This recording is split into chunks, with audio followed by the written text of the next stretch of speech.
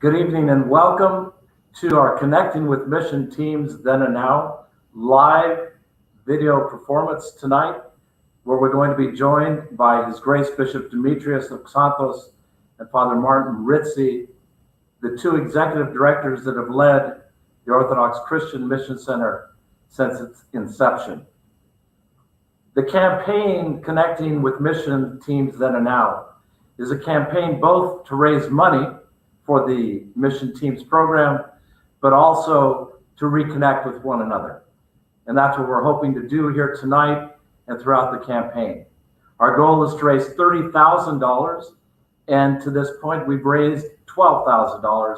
And we're hoping that with your participation tonight, both you as former team members and others who are joining us, that we'll reach our goal. My name is Dan Christopoulos. I'm the Orthodox Christian Mission Center's Development Director, and it's really great to be with all of you tonight on this inaugural event that hopefully will continue to repeat in the future.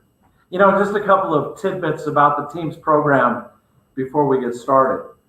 Almost 2,000 people, and many of you on tonight's broadcast, have participated in one of 335 teams that have gone to 34 different countries since 1987. 329 projects have been done by you in these countries: construction projects, health projects, and more recently, teaching and evangelism projects. But you know, and besides just the projects that you do, there are many other impacts that you as mission team members have had. We now have 118 long-term missionaries who have served through OCMC. And OCMC, by the way, is the official mission agency for the Orthodox Church under the Assembly of Canonical Bishops, Orthodox bishops in the United States of America. But 118 long-term missionaries have gone. Many of them were actually team members who then went on and became long-term missionaries. In addition, board members have served on mission teams as well. And other people continue to serve through different programs we have, like the Ambassadors Program, supporting the Mission Priest Program, all the things that we try and accomplish with your help here at the Orthodox Christian Mission Center. So tonight we're going to celebrate. We're going to celebrate what we've been able to accomplish, but we're going to do that by taking a look back, how it all started with our first mission team in 1987. Before I introduce our two guests in a more official way, I want to give a few housekeeping rules to make this an enjoyable experience for all of us. We're going to be doing this in 3 segments over 47 minutes approximately, 3 15-minute segments. If you have questions, you can post them in YouTube or on Facebook, and we will see them and we'll try and read them and ask His Grace and Father Martin in addition to some of the questions that we have. And of course, we want you to donate.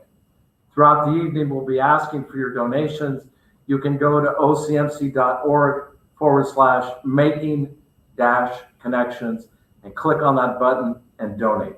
And you'll be seeing that scrolling across your screen throughout the evening so that we can hit our goal of $30,000 to support this work that you yourself have experienced and you know the impact that you've been able to make.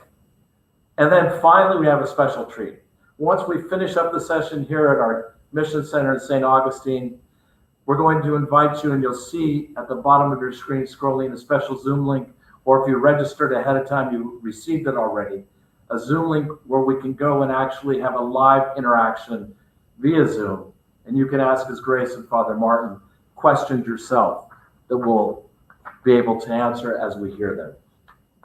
So, we're trying to understand how this all started, and as we gather tonight on Ascension evening, one of the most beautiful feasts, how appropriate that the last words that is recorded in the Gospel of Matthew, in Matthew 28, is Christ telling His disciples to go therefore and make disciples of all nations, baptizing them, teaching them.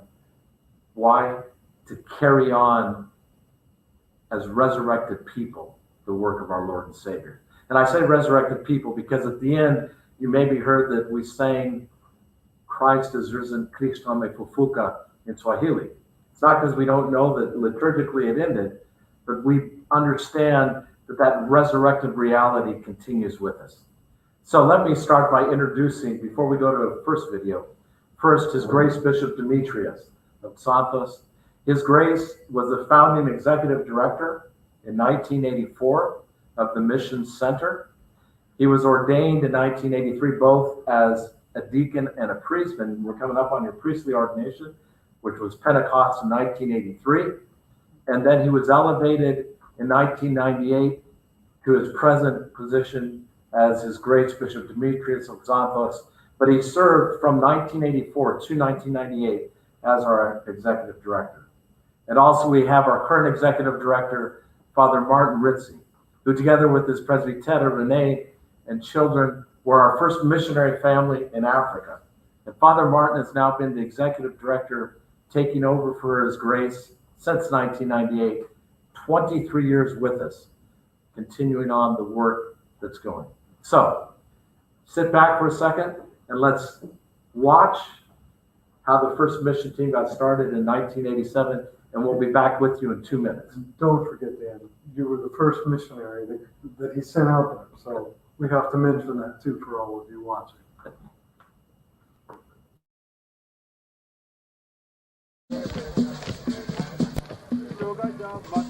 Our mission here in Kenya has indeed been a historic one.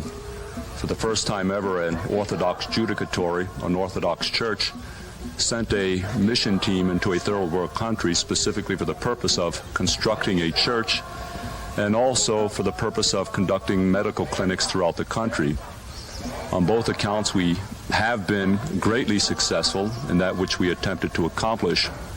A beautiful church has been constructed in the village of Laberi, which is 200 kilometers north of Nairobi, and the medical team, which was staffed by 4 physicians and 3 nurses, treated and ministered on to approximately 2,500 people. In the summer of 1986, I was encouraged to attend the Young Adult League Conference in Dallas, which was combined with the Clergy Lady Conference that year. And I was told that a lot of young people were interested in mission work. And so I went there to give a little presentation on mission work and show some slides that I had taken in Kenya and Ghana and Ethiopia, and discovered that there were a good number of really committed young people who wanted to go and do something too, not just watch my slides. And the idea began to circulate around, and people began to encourage me to actually plan some kind of project where young people would go abroad. Not just priests as missionaries, but young adults felt that they could do something worthwhile too. The culmination of this effort on the American side was Project Hope.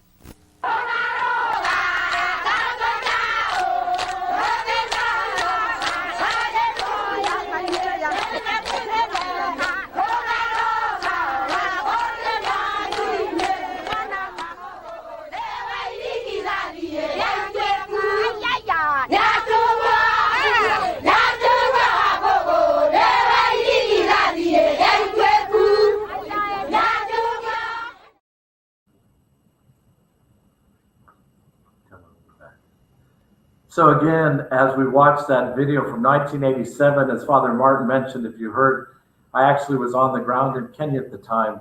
But I really want to ask His Grace Bishop Demetrius, and you heard him say on that beautiful setting in front of St. Basil's Academy there on the Hudson River, how it got started. But what are your recollections, Your Grace, of what prompted starting mission teams? Our first team went in 1987. Well, as you indicated, the Archdiocese Mission Center was established in 1985, and we were still getting organized, learning how to raise funds, how to reach out to people, and I had no intention of sending a team anyplace.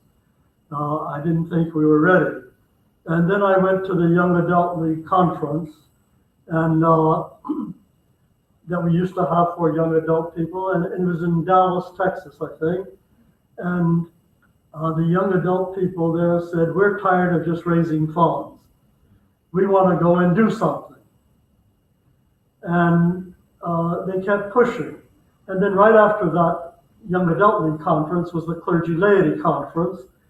And at that conference, I happened to sit next to a young man from Orlando, Florida, who said he had been on teams before, George Miliotis. I don't know if you remember George. And he said, I'll help you if you want to organize a team. And God sent the answer. You know, we started organizing a team, and he helped me. And at the first year or two, I felt like a travel agent. It was a lot of work for one person to handle organizing the travel plans, the work plans going there, working with you in Africa to establish what we would be doing, to get that church designed by Andrew. It was a lot of work for one person to handle, but we managed with the help of George Miliotis to get it organized, and I think there's about 25 people signed up, and not all Greek Orthodox Archdiocese people, some from other Orthodox churches joined in, and Father Paul Kostopoulos from Jacksonville led that team, as you saw there in the video, and they went and they built a church. So what was your long-term goal for the team's program when you first were starting? Well, there were a lot of things in mind. First of all, this whole mission center was a dream of Archbishop Yakovos. He told me later. He didn't tell me beforehand, but he many years later, he said, you fulfilled my dream of establishing our archdiocese as a mission-sending archdiocese. Our parents and grandparents brought the good news here to America. We progressed and did well in this country, and he thought it was our turn to start sending people.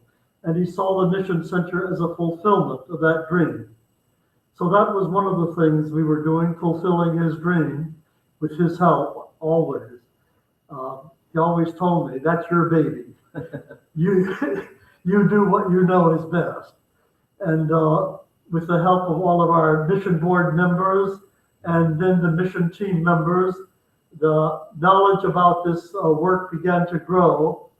And of course, you know, this work was based on 20 years of work by a standing committee of Orthodox missions led by Father Alexander Veronis that established the foundations, really, for the mission center to grow. And I knew that once we got started, our Orthodox in America would get excited and want to share the good news and to go themselves, and our young people especially. That was in the in the 80s, the 90s, when young people of all ages were going out and doing things, not sitting here at home. Right. And so we joined in. That's great. And our people were very happy to go and to help people. And they came back with these fantastic stories that they shared with the donors who helped them go. They shared with their parishes and to their friends. And they enabled the mission center to grow. And as I mentioned at the beginning, so many of them, I look at that first team specifically, people like now Father Luke Veronis, who was on that first team. And who planned to be a math teacher. Yeah, and Andrew Pappas, Rico Pappas, who, yes, designed that first church, but then went and became a missionary with his wife in Albania. Yes. And so I was on the ground, as you said, and I'll never forget when Bishop Anastasios Janelatzos talked to me that evening, and he had spoken with you and said that you were talking about sending the team over. But I was only there, Father Martin, with the first team. You stayed in the ground there in Kenya and then later in Albania.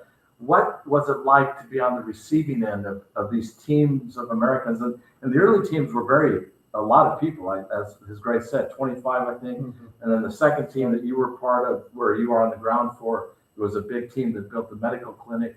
So what was it like for you as you were there and they progressed? Yeah, Dan, it was always a highlight of our year. Yeah. And it was such a stark awakening when we would see the mission that we were engaged in through the eyes of people who had come fresh. I remember the first one that came, which was in 1988, that we received. Right. And it was, I'd only been in Africa for a year. And yet moving and going to Africa, there were so many things when I first got there that were just amazing. The people were wonderful, and yet their lives were so different than ours. The landscape, the church, the energy of the church, the way people interacted, the poverty that we would come across. There were just so many things that really, really shook us when we got there. But then after being there for a while, we start to focus and address and work on things. And that first team that came, also another large team, we took them out to a place that you showed me. We went for a retreat with the youth once, and I took them back in four-wheel drives. We drove up, if you've seen out of Africa, the Gong Hills that used to lie on the outskirts of Nairobi. Now Nairobi goes all the way up to the Gong Hills. But you would drive outside of Nairobi and up these green humpback hills with our four-wheel drives, and we took the group out there, and we started talking about what they were seeing. And all of the emotion that was coming out was just, it was the emotion that I had when we first got there. And that was one of the very striking things about bringing the teams out, is always seeing that. And I think the other thing there's two other briefly, I'll tell you things that I think really struck with us, was then the enthusiasm that would be there in the communities. You saw in the video that how Archbishop Anastasios was surrounded by people. And there was so much energy there. And that would happen because we're bringing together Orthodox from America all the way to remote places in Africa that never would have been coming together. And it was just an astounding experience for everyone that generated this excitement and enthusiasm as Christ brought us together from around the world. So there's so much more, but those are a couple things that just those impressions of these wonderful. It's so nice to reconnect and look at these memories where, as I mentioned at the top, we're really here to kind of support our mission teams program because, as you know, this year we were not able to send on the ground teams. Thankfully, we've done virtual teams, but a lot of the support is raised by on-ground teams. And so that's why we're having this special fundraiser tonight. So please, if you haven't had the chance yet to donate, please go to ocmc.org/making-connections and hit that button and donate, whatever you can. We're going to take a break and watch another little video right now and some more of the early teams in Africa. And then we'll be back with you in about 1 minute.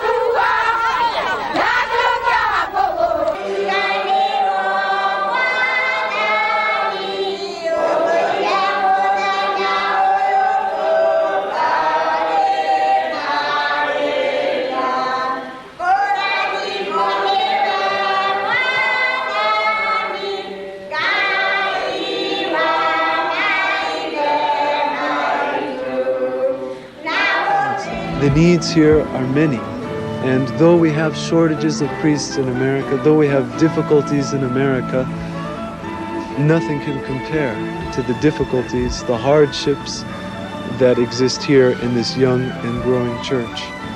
And we need prayer, we need support, we need attention and concern from the other side of the world to follow out the call of the Lord to go unto all nations, to preach the gospel and to spread His word and the hope, the peace, and the life that He has to offer.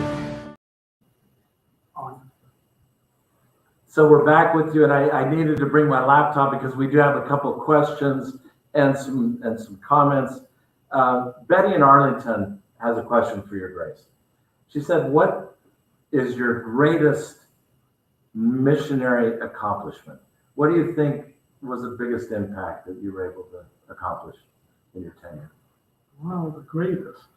I guess the greatest was just establishing the foundations for what you see now, this Orthodox Christian Mission Center with, I don't know how many employees. 18. 18 employees, sending 29 missionaries all missionaries. over the world. That's right. So that's it, and that wasn't accomplished by me. That was accomplished by all of us together with the help of our hierarchs and Archbishop Jacobus especially. That what a beautiful thing. And as I mentioned, we now have 29 missionaries in the field. Yeah, 3 more are getting ready to leave. They just received their work visas to go unbelievable. to Sweden. Yeah. So we'll be up to 32, God willing, within weeks. And we had 7 people come through the missionary training program about a month ago or so. So we're continuing to do that. And we'll have another one in August, God willing. So continuing to grow. Yeah. And as I mentioned, many of these team members that are tuning in right now have gone on and continue to be supporters of OCMC. They've become board members, they've become ambassadors, and we need you to do that because we need the word to get out. But I want to go back. We saw this little second segment and we saw more of the video, but to Father Martin, again, how did, in the years that you were in the field, you were there with those big teams in the beginning, and what was it like receiving the teams, not just in Kenya, but also later in Albania? And how did things start to change even while you were in the field still first, Father Martin? The teams today and the teams back then, have evolved. The original teams, we would sleep outdoors. We would create tents or rent a building that the rain would get rained on in the middle of the night inside the building where we had our tents laid, large groups of people. And over time, we have evolved. One of the things is teams became smaller. Another one is the duration. Those original teams, I think they were 4 weeks, Yes. 4 weeks long. So they were, and we've gotten it down then to try and be able to allow more people to participate. We found ways to go for 2 weekends in a week so that it didn't mean sometimes people left their jobs and gave their jobs up because they couldn't be released for these very important events. So we found ways to incorporate more people. The other things we've done is we've changed what we do. All the original teams were building teams, which was wonderful. But then we learned to do catechism and teaching teams, to reach out to orphans. We would always have medical workers with us. That evolved into doing medical teams. Other teams did youth retreats, youth camps, women's retreats. Then we branched out into evangelism in places where the gospel hadn't been preached before. So we've seen teams change from large and long to shorter to varied, and then not just during the summer, but throughout all of the year. And we've also had some records that the original teams were pretty much younger teams, but we've also had some people in their silver years, which I'm starting to get to, joining us on the teams too. So this is not just for the young people from the young adult conferences as it used to be, but the whole makeup of the teams has evolved. So it's been beautiful watching that. I think the majority of that change, though, has happened in the more recent couple of decades. Excellent. When we're thinking of those early teams, especially, a couple things that have never been revealed before.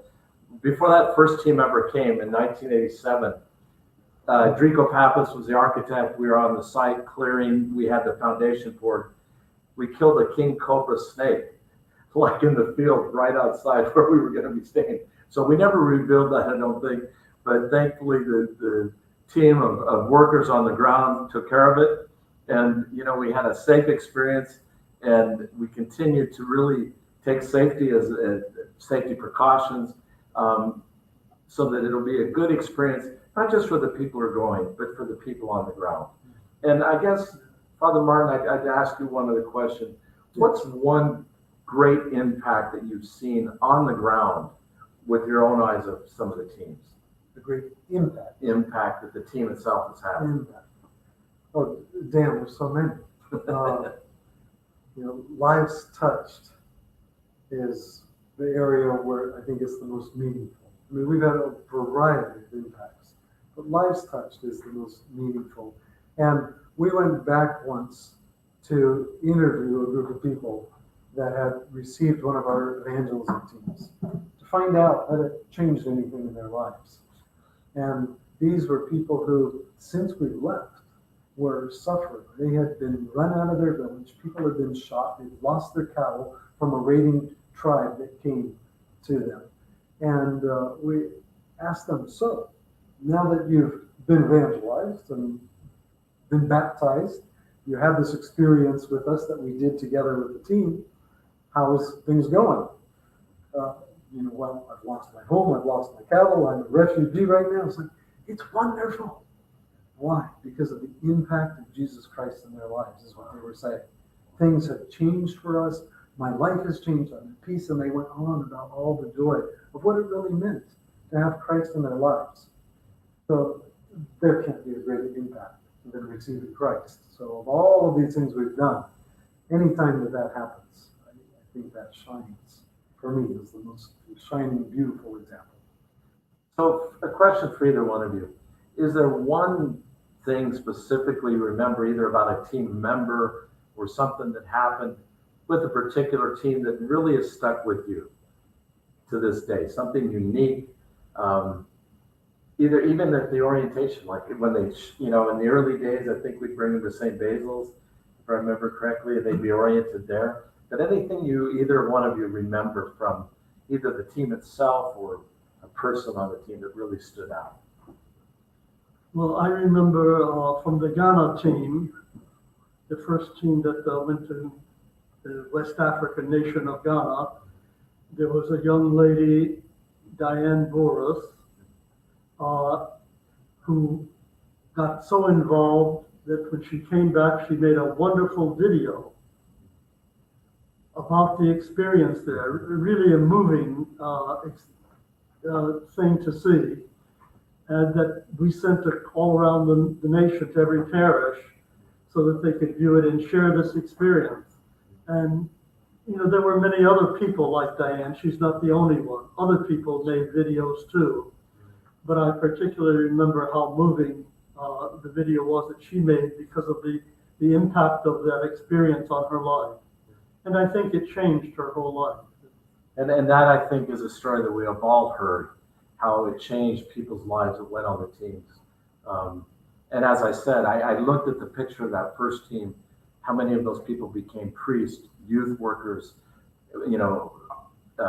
archons of the patriarchate. I mean, Yeah. on and on, board members. It's just amazing. But how about you, Father Martin? Any one thing stick out for you? I'll give you two. Okay. One was a dear Dr. Deacon, and watching him perform the extraction of a worm about this long in my daughter's arm. And then here and here and here, and then the team members were lining up to get these worms extracted. And he was just fantastic as we hung our clothes under a mango tree. You're not supposed to do that because the flies lay the eggs get on your clothes, they then burrow into your skin and they start growing the little worms inside you. The deacon was our savior. So he was taking care of all of us. That's more on the humorous side, maybe the gross side, sorry. That's Africa.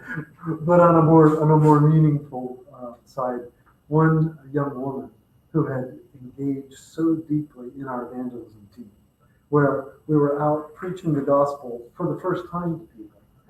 It's when we preach here, we talk about Christ. It's usually in the United States in a context where somebody's heard something about Christ.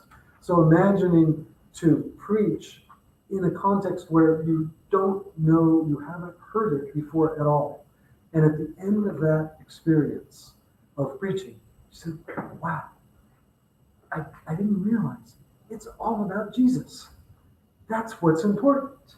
Not preaching orthodoxy or the different things about our church or all these other aspects. It's about preaching Christ.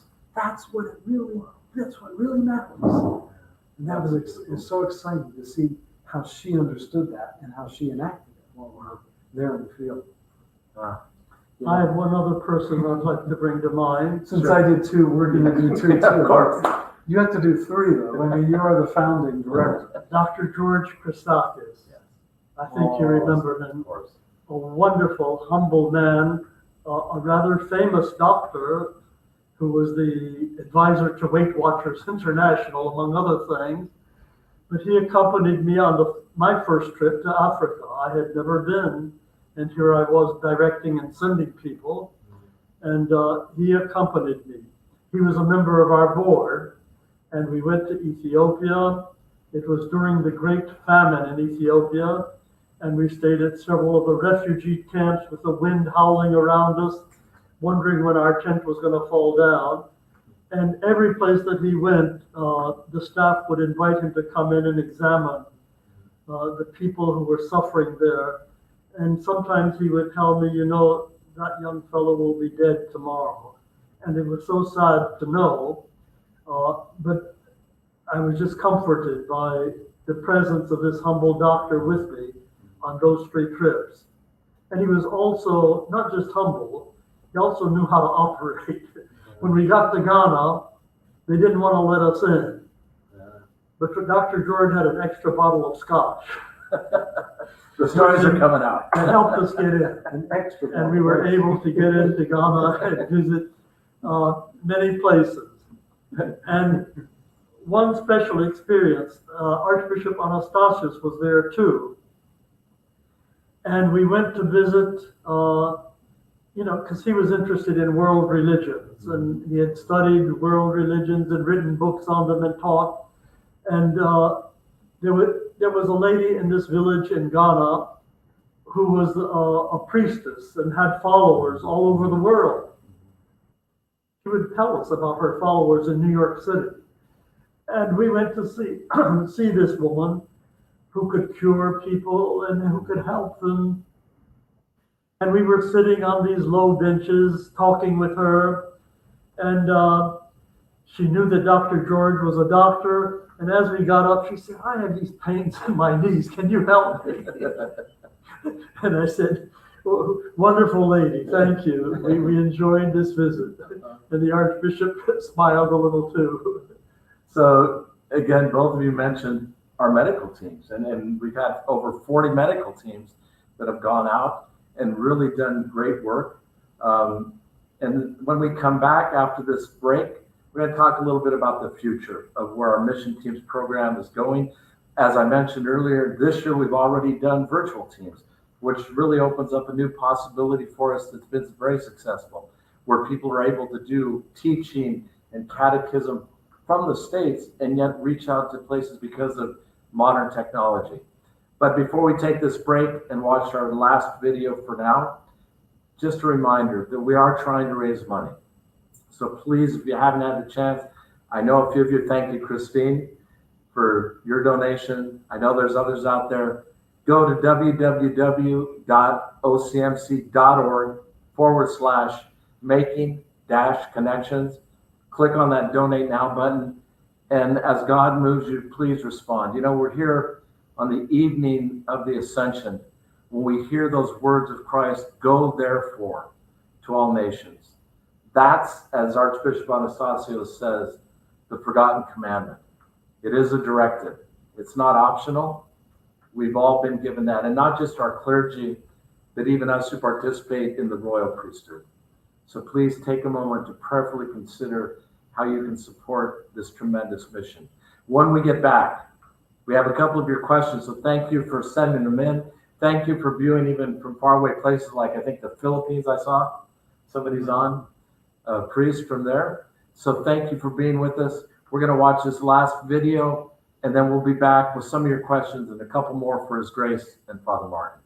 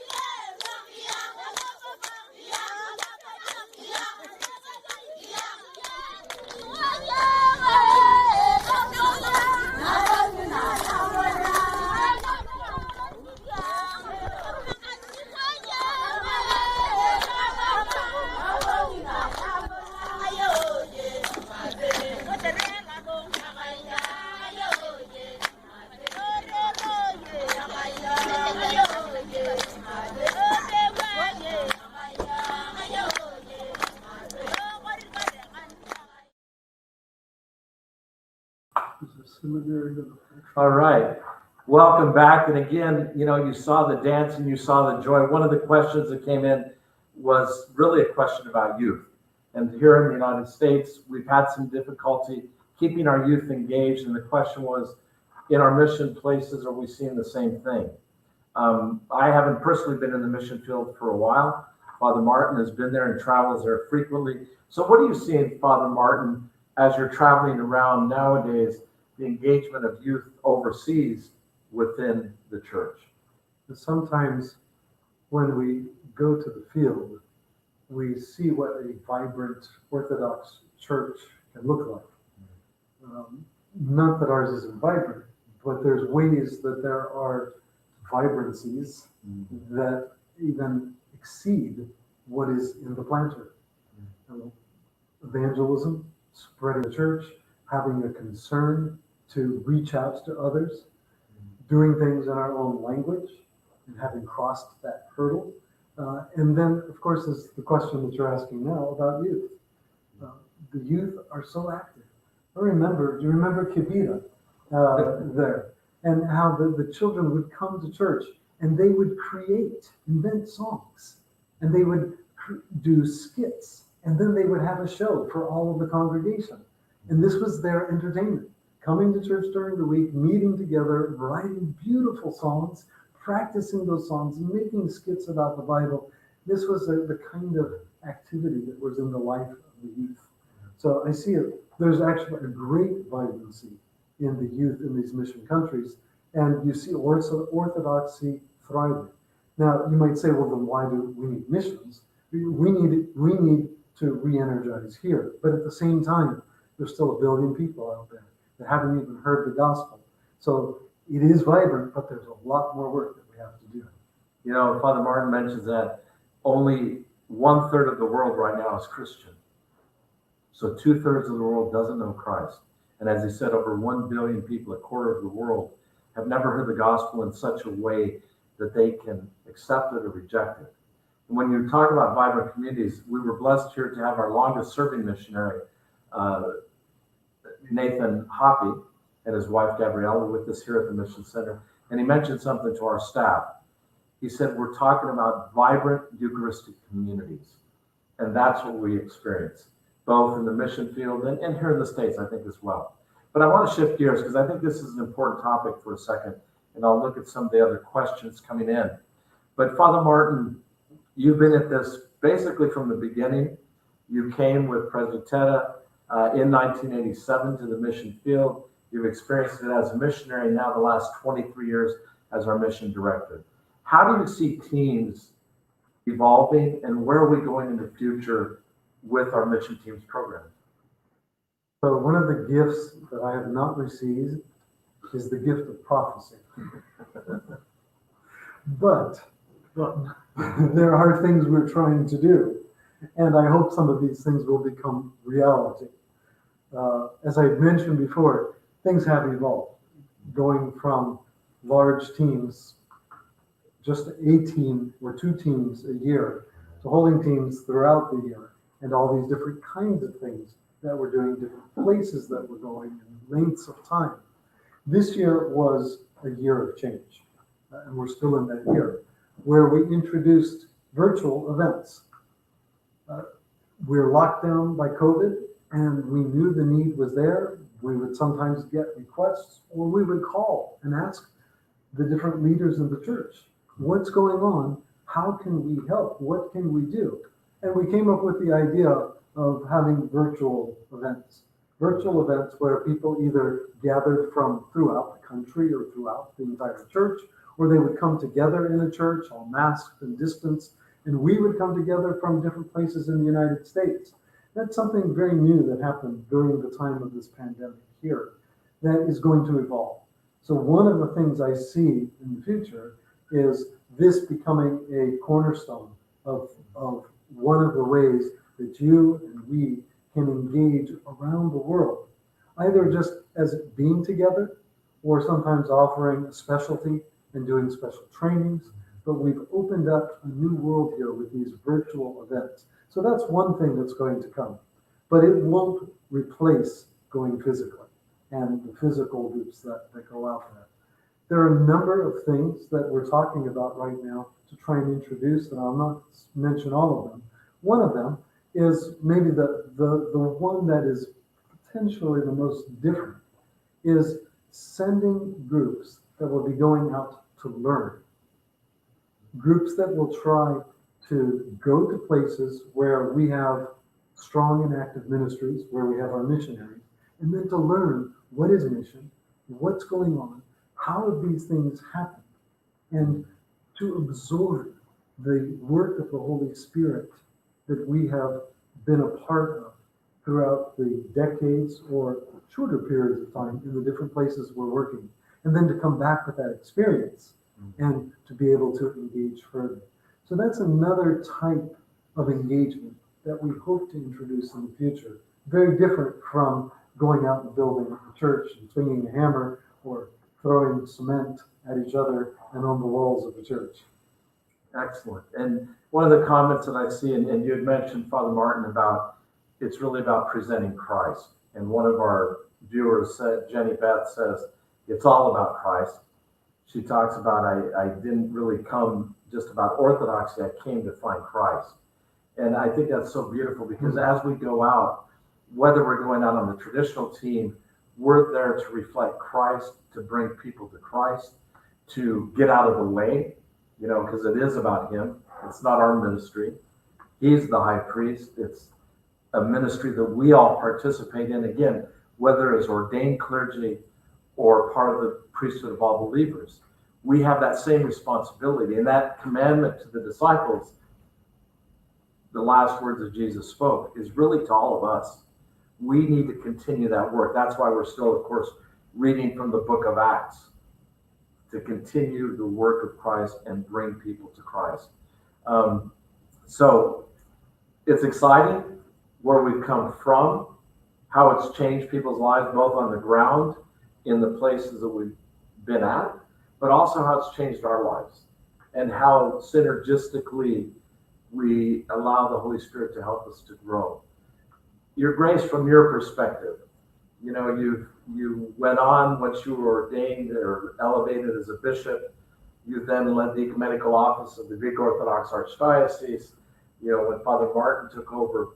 But as you see this, and as you've seen the Mission Center grow, and when we tell you that we now have, 335 teams that have gone, and we think back to that first team in 1987, what do you reflect upon as far as what we've accomplished, how it's made a difference in the people that you've seen that have gone on the teams and the work they've done?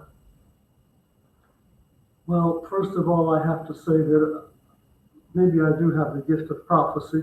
I knew this was going to happen. I knew that the mission work would grow. I knew that this whole effort would explode. Once we got the message out to our people, and that standing committee had helped the message get out, and now we had to be able to program it and focus the attention and provide the organizing tools to get people going where they wanted to go, and to be in touch with the churches abroad and know what they wanted us to come and help them with. Because I don't think you mentioned that in Orthodoxy, we can't just go any place in the world we want to go. We have to be invited, because Orthodoxy is everywhere, and each territory belongs to some patriarchate or some hierarch who has jurisdiction there, and we need to be invited when we go.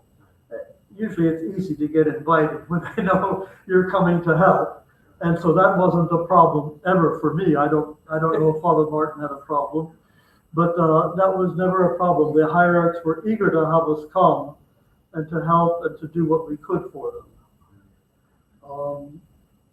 So as I'm listening to you, I'm looking at some of these comments. Presbyterian Mary Schoolis, she's following with us from Chicago. Hi, Presbyterian. She's remembering her late husband of blessed memory, Father George Schoolis, a tremendous supporter of the Mission Center, a board member, if I remember correctly. Yes, a board member and wonderful supporter all those years. I remember when I came home in 1987 to do a speaking tour, I went to his church and spoke there. And just what, again, a stalwart supporter, a real pioneer for us. So thank you, President, for being with us.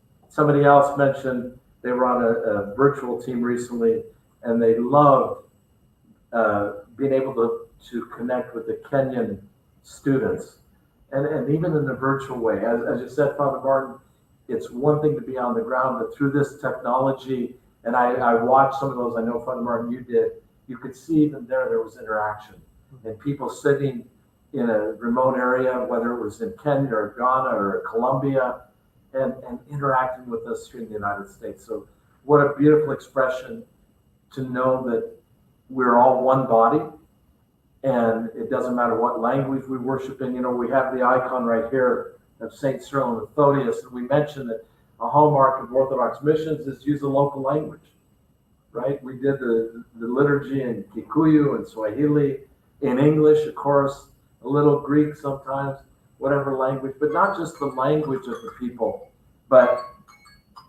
the, sorry, I have my timer to keep us done here. It's time. We have more time, not to worry. But not just the language, but they were talking about the dancing, and to see that we allow that local expression. I know Nikos Nisiotis of blessed memory, famous theologian and missiologist, right? He wrote, we have to be careful to distinguish between ecclesial mission and ecclesiastical imperialism. He said, in ecclesiastical imperialism, together with preaching the gospel, you preach a culture, and you make that local person think they have to embrace the culture to accept the gospel. He said, in ecclesial mission, you simply present the good news, and people are free to accept it or reject it. Very important. And that's a hallmark, certainly, of Orthodox mission. We do have a few more minutes. So and I'll keep scanning for questions, but what are some of the other favorite memories or things that really excite you the most about when those teams have gone, when you've been with them, when you've received them, Father Martin, on the ground in those countries? And again, how we didn't show this video, but I have to say one thing. We have a little video clip of Father Luke Veronis with his arm around, who is the builder? Father Athanasios? Athanasios in Kenya, that first team. And just to see, and Father Luke is actually interviewing him. He takes the mic, and just to see that love, that it's genuine, and working side by side. We're not going there to replace what the local people can do, and not to be in front of them and say, will you come behind? But side by side, that real sense of CZE, of being yoked together, which we usually talk about marriage, right? But I think it's appropriate here that in this mission work, we're yoked with the local people. But what's some of your favorite memories? Remember when you came to visit Albania? Excuse me? Do you remember when you came to visit Albania? Yes. That was for me as well. Yes, what I remember most about your time in Albania was when I would call and I would hear the guns going off in the background, and I was thinking, what the heck are you doing there? Come home. That you said it wasn't as bad as it sounded. You could go out at certain hours, the electricity worked at certain hours, the water worked at certain hours, and you seemed to be happy to be there. And then the one time I came to visit you, that was a good memory for me, because as a young missionary, it was so important that person from headquarters, right, our boss, came out to see what was going on and to be with us and to walk this place with us, not just directing from afar, but willing to come and join us. And I remember standing in one of the fields. We had the big crowds of people, and we did an event where we were talking and preaching there, and then the mass baptisms. Right? Yeah. We also did that together, which were also some of the that is one of the most memorable types of events in the mission field, where we would get 150 people together and baptized. And I remember doing that together with you when you visited.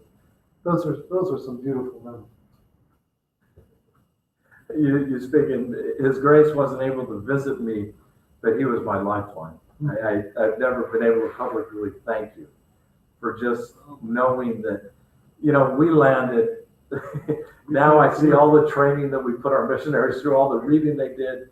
I'll never forget landing at the airport in Nairobi and seeing a giraffe right off the runway and think, where are we?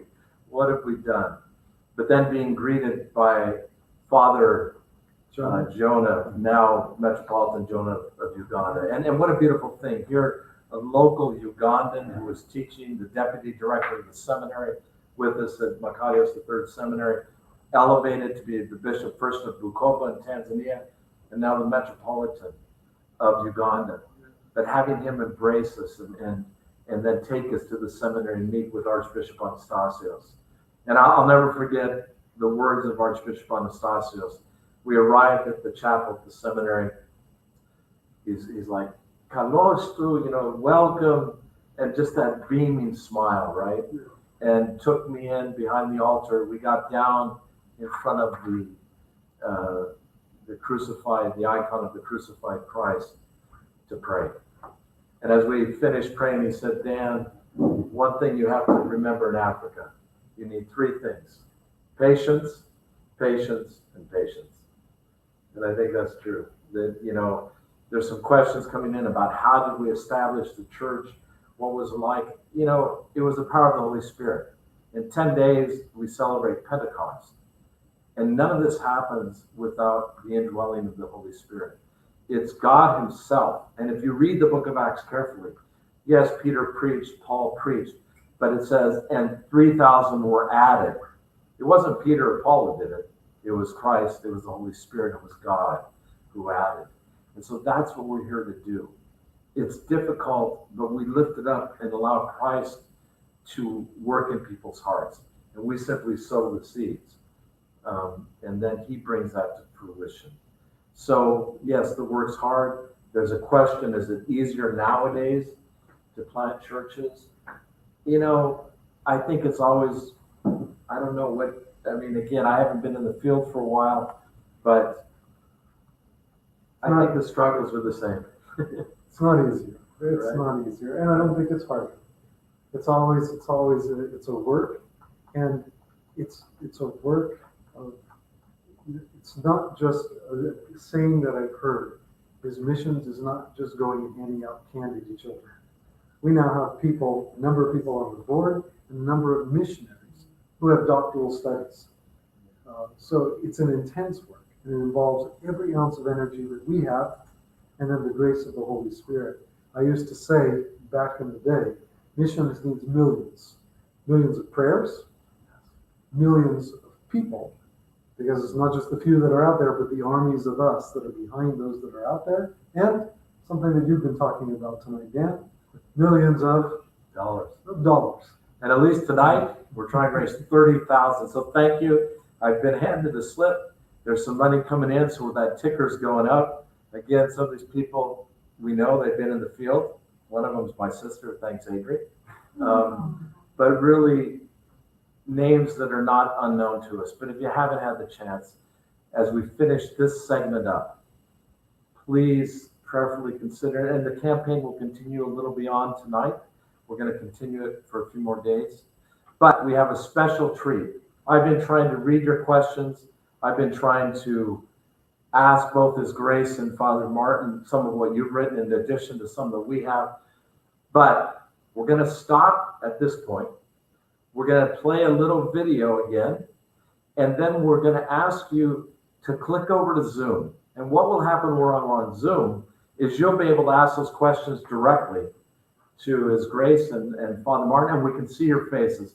So please don't leave. We're going to take about 15 more minutes to do this live on Zoom. So at this point, thank you for tuning in. If you can stick with us, we're going to be joined by the director of the Mission Teams program, Andy Likos, and Presbyter Renee Ritzi, the assistant director. So we're going to play a video. We're going to rearrange our set here, and please join us on the Zoom call, and you'll have the chance to ask yourself. But the last thing, if you can do it, please go ahead and click donate now. because I bet with Andy that we could hit that 30,000. So make me be a prophet too, so I can join his grace. And at least Father Martin has a pretty good idea. And let's support our mission teams program. God bless you. Thank you for being with us. Thank you, Your Grace, Father Martin, for making some time live here from our mission center in St. Augustine, Florida. And we're going to switch over to Zoom, and we will see you in 2 minutes.